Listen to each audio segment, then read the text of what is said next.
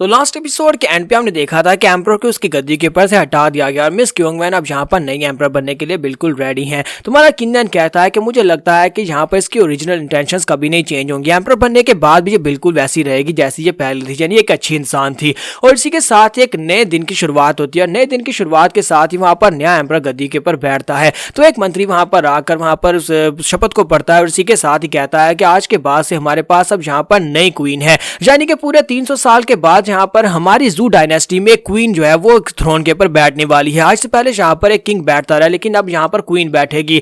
तो long live queen के नाम के नारे लगते हैं और सभी लोग वहां पर मिस क्योंगवैन के नाम के नारे लगा रहे होते हैं। सभी लोग उसको वहां पर एक्सेप्ट कर लेते हैं, सभी सोल्जर और सभी आम जनता जो होती है मिस क्योंगवैन को अपनी नई एम्परर मान लेती है। क्योंगवैन वहां पर कहती है कि मैं इस बात का वादा करती हूँ कि तुम सभी लोगों के लिए यहाँ पर एक नया भविष्य इंतजार कर रहा है। मैं जू डायनेस्टी को दोबारा से वही जू डायनेस्टी बना दूंगी जो मेरे फादर के यहाँ पर होने से पहले थी। किन्नन जब देखता है कि इसका मसला तो हल हो चुका है तो वो कहता है कि मिस क्योंगवैन ठीक है, अब यहाँ पर तुम्हें गुड बाय, मुझे अपने मसलों को जाकर सॉल्व करना होगा, मुझे लू फैमिली में जाना है, जाकर अपने फादर को बचाना है। तो इसी के साथ सबसे पहले वो ल्यू मेंशन में आता है। वहां पर आने के बाद निंगरू से कहती है किन्नन क्या तुम वाकई में लू फैमिली में अकेला जाना चाहते हो, लेकिन तुम वहां पर अकेले नहीं जा सकते, मैं तुम्हारे साथ जाऊंगी। किन्नन कहता है कि हाँ मैं वहां पर अकेले जाना चाहता हूँ, तो पहले तो मैं यहाँ पर रहना चाहता हूँ ताकि मैं अपनी एबिलिटीज को बूस्ट कर सकूं, लेकिन अब जबकि मैंने एबिलिटीज को बूस्ट कर लिया है और लू फैमिली मेरा और ज्यादा मुकाबला नहीं कर सकती, तो मैं अकेले वहां पर जाकर अपने डैड को बचा सकता हूँ, तो उनको मेरे साथ आने की जरूरत नहीं है। निंगरू कहती है नहीं मैं तुम्हारे साथ जाऊंगी, जबकि यंग मास्टर ल्यू भी उसे कहता है हाँ मैं भी तुम्हारे साथ जाऊंगा,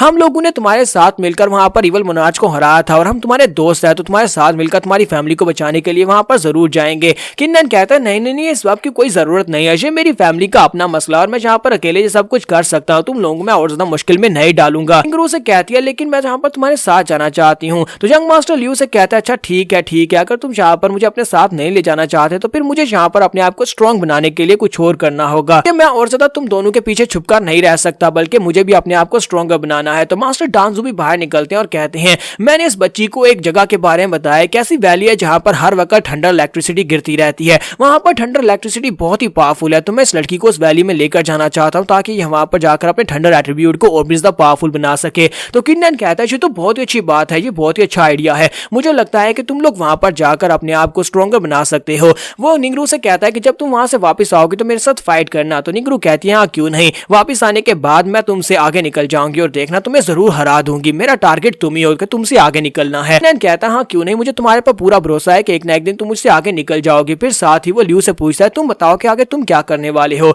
तो ल्यू कहता है कि निंगरू की तरह मैं भी यहाँ से बाहर निकलना चाहता हूँ ताकि मैं किसी और जगह के ऊपर जाकर ट्रेनिंग कर सकता हूँ, मैं तुमसे बिल्कुल नहीं हारना चाहता क्योंकि मैं यहाँ पर कभी जू डायनेस्टी का सबसे स्ट्रॉन्गेस्ट लड़का हुआ करता था और अब मैं यहाँ पर कितना कमजोर हो चुका हूँ, मैं जाकर अपने लिए एक ट्रेनिंग ग्राउंड ढूंढूंगा और वहां पर जाकर बैठकर कल्टीवेट करूंगा। किन्नन कहता तो फिर ठीक है, अब जबकि हम सभी लोगों ने अपने अपने रास्ते तय कर लिए हैं तो उम्मीद करता हूँ कि हम लोग फ्यूचर में एक दूसरे से जरूर मिलेंगे। यंग मास्टर ल्यू से कहता तो फिर ठीक है, मुझे लगता है कि हमें यहाँ पर एक दूसरे को गुड बाय बोलना चाहिए और हम लोग जब दोबारा मिलेंगे तो उस वक्त हम लोग एक दूसरे से फाइट करके देखेंगे कि हम तीनों में से कौन सबसे ज्यादा स्ट्रॉन्गेस्ट है। लेकिन आज के बाद से हम लोग पक्के दोस्त हुए और तीनों एक दूसरे के साथ हाथ मिलाते हैं और तीनों एक दूसरे को बाय बोलते हैं। एक दूसरे को बाय बोलने के बाद इसी के साथ अब नेक्स्ट सीन जो होता है हमें साउथ वैली का दिखाया जाता है, फुल यू सिटीडल का, जहां पर लू फैमिली का एक टैवरन होता है। तो किन्नन जो होता है उस टैवरन में बैठकर चाय पी रहा होता है, जबकि साइड की टेबल के ऊपर 4 लोग बैठे होते हैं, वहां लोग आपस में बातें कर रहे होते हैं। एक कहता है कि मैंने सुना है कि लू फैमिली का लू जनरल जो है जनरल वूफू जो है वो अकेला ही उस वैली साइड से जिंदा बचकर वापस आया है।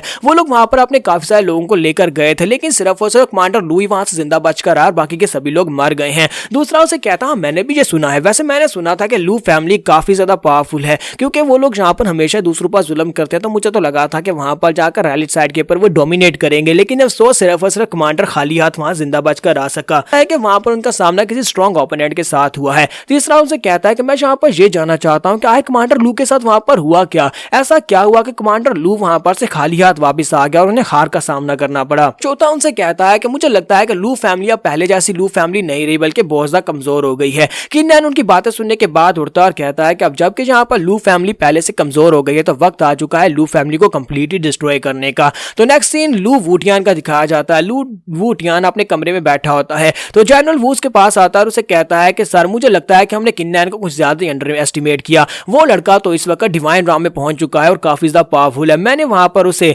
जाओ जियांग के साथ फाइट करते हुए देखा था जो कि इवल मोनार्च निकला और उसकी पावर लेवल जो थी वो सुप्रीम राम में पहुंच चुकी थी, लेकिन इसके बावजूद किन्नन ने उसको को बड़ी आसानी से हरा दिया। हमें यहाँ पर कोई ना कोई मौका ढूंढना होगा ताकि हम लोग यहाँ पर किन्नैन को हरा सके। अगर हम लोग यहाँ पर किन्नैन को नहीं हरा पाएंगे तो फिर मुझे लगता है कि वो लड़का यहाँ पर आएगा और हमारी फैमिली को डिस्ट्रॉय कर देगा। हमें अपने डिफेंसेस को बढ़ाना होगा। कमांडर की बातें सुनने के बाद वो उसे कहता है क्या वाकई में वो लड़का डिवाइन राम में पहुंच चुका है? ये तो बहुत इंटरेस्टिंग बात है। तो लूक वुटियान उसे कहता है कि जब तुम रेरिक साइड में थे उसके पीछे मैंने यहाँ पर ब्रेक थ्रू किया। ब्रेक थ्रू करने के बाद मैं भी डिवाइन राम में सेकंड लेवल पे पहुंच चुका हूँ। आज तक मुझे कोई भी यहाँ पर नहीं हरा पाया, तो वो लड़का जो कि अभी भी डिवाइन राम में पहुंचा है वो मुझे कैसे हरा पाएगा? तो कमांडर उसे कहता है लेकिन सर आपको यहाँ पर मेरी बात पर गौर करना चाहिए। तो कमांडर के सामने वुटियान अपनी तलवार निकालता है और उसे कहता है देखो मेरे पास क्या है, ये हमारी फैमिली का एक बहुत ही कमाल का ट्रेजर है। मैं इसी के साथ किन्नैन को मारने वाला हूँ और इसी के साथ ही किन्नैन के टुकड़े टुकड़े करूंगा। इसके साथ ही वुटियान कमांडर से कहता है कि मैं चाहता हूँ कि हमारी फैमिली में जितने भी ऐसे लोग हैं जो डिवाइन राम में पहुंच चुके हैं, यहाँ पे डिवाइन राम में पहुंचने वाले हैं, उन सभी लोगों को स्पेशल पिल दी जाए जो हमारी फैमिली की स्पेशल पिल्स हैं,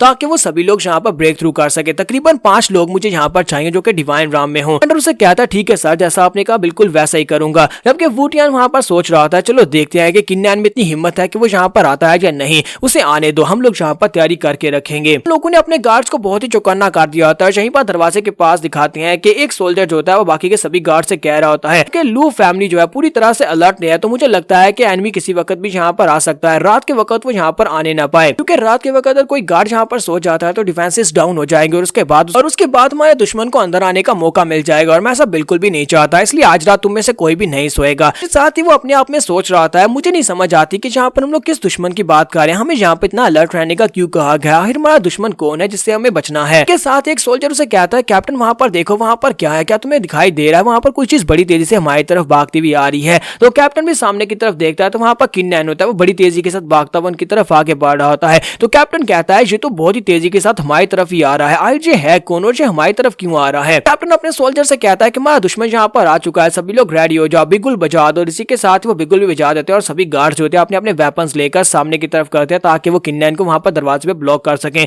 सभी लोग जब अपने वेपन्स लेकर वहां पर खड़े होते हैं, इसी के साथ ही उन्हें पता चलता है कि किन्नैन जो है वो दरवाजे से नहीं आने वाला बल्कि ऊपर से आने वाला है। तो इसी के साथ ही किन्नैन जो होता है अपनी फ्लाइंग स्टेप टेक्निक को यूज करते हुए ऊपर की तरफ जंप लगातार उड़ता हुआ ऊपर दरवाजे के ऊपर चला जाता है। ऊपर जाने के बाद कैप्टन अपने लोगों से कहता है कि सभी लोग एक साथ अटैक करो। किन्नैन ऊपर पहुंच जाता है और कहता है कि तुम सभी लोग काफी ज्यादा लेट हो गए हो, अब अटैक करने का वक्त नहीं रहा। और साथ ही वो अपनी तलवार को घुमाते हुए सभी के ऊपर अटैक करना शुरू करता है। तो वहां पर उस दरवाजे के ऊपर जितने गार्ड्स होते हैं वो सभी के सभी गार्ड्स को मार देता है। कैप्टन कहता है कि आज इतना स्ट्रॉन्ग कैसे हो सकता है? इस लड़के ने जहां पर आंख चपकने की तेजी में जहां पर बाकी के सभी सोल्जर्स को मार दिया है, ये लड़का है कौन? सभी सोल्जर्स के मरने के बाद कैप्टन वहां से भागना शुरू कर देता है और कहता है कि मुझे वापस जाकर फैमिली हेड को इस बारे में बताना होगा, मुझे जल्दी से जल्दी यहाँ से निकलना होगा। तो जब वहां से भागकर जा रहा होता है हमारा किन्नैन उसके पीछे आता है, अपनी तलवार उसकी बॉडी के अंदर दंसा देता है और उसको भी वहीं पर मार देता है। तो यहाँ पर हम लोग अपनी एपिसोड 131 का एंड करेंगे और नेक्स्ट एपिसोड में हम लोग यहाँ पर लू फैमिली को बर्बाद होता हुआ देखेंगे। तो एपिसोड की एक्सप्लेनेशन अच्छी लगी हो तो कमेंट करके जरूर बताइएगा और वीडियो को लाइक करना मत भूलिएगा। Thank you.